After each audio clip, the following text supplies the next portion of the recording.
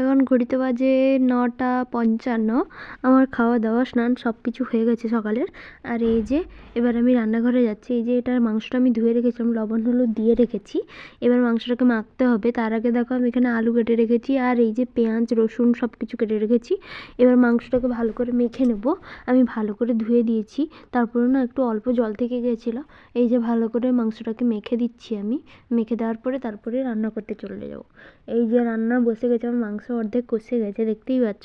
মাঝখানে কিছু ভিডিও করিনি। এই যে দেখো মাংস কষা চলছে, কতটা সুন্দর লাগছে দেখো। আমি কিন্তু মাংসটা আজকে যে করছি এটা টোটালি কষা থাকবে, আর মাংসটাতে অল্প একটুও লঙ্কার গুঁড়ো আমি ইউজ করিনি। তারপরে কালারটা খুবই সুন্দর এসেছিলো, আর মাংস থেকে প্রচুর তেল ছাড়ছিলো। এটা দেশি মুরগির মাংস। এই যে দেখো মাংসটা কত সুন্দর লাগছে। এখনও কষানো ঠিকঠাক হয়নি, তারপরে ওই যে জল বেরাচ্ছে, তারপরেও কতটা সুন্দর দেখতে লাগছে। চলো এবার মাংসটাকে ভালো করে কষানো হোক।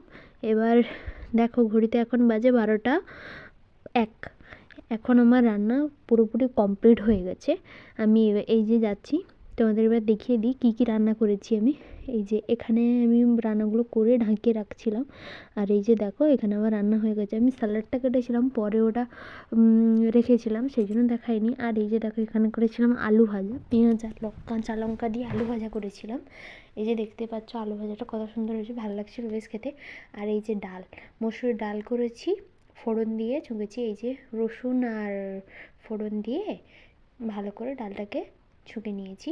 টমেটো দিয়েছি ডালে, টমেটো আর মসুর ডাল বলতে হবে, টমেটো ডাল করেছি। এটা বেশ সুন্দর লাগছিলো খেতে কষা মাংসের সঙ্গে। আর এই যে দেখো তখন যে মাংস বানাচ্ছিলাম, সে মাংস, এই যে মাংস হয়ে গেছে, পুরোপুরি কষা রেখেছি, একটু জল রাখিনি।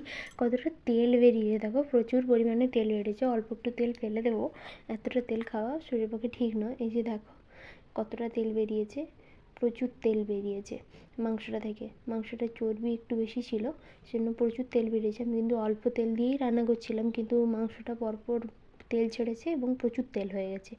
এতে একটু একটু করে আমি ফেলে দেবো এবার মাংসটা। তো চলো মাংসটা ফেলা হয়ে যাও, তারপরে দুপুরের খাওয়া দাওয়া হবে।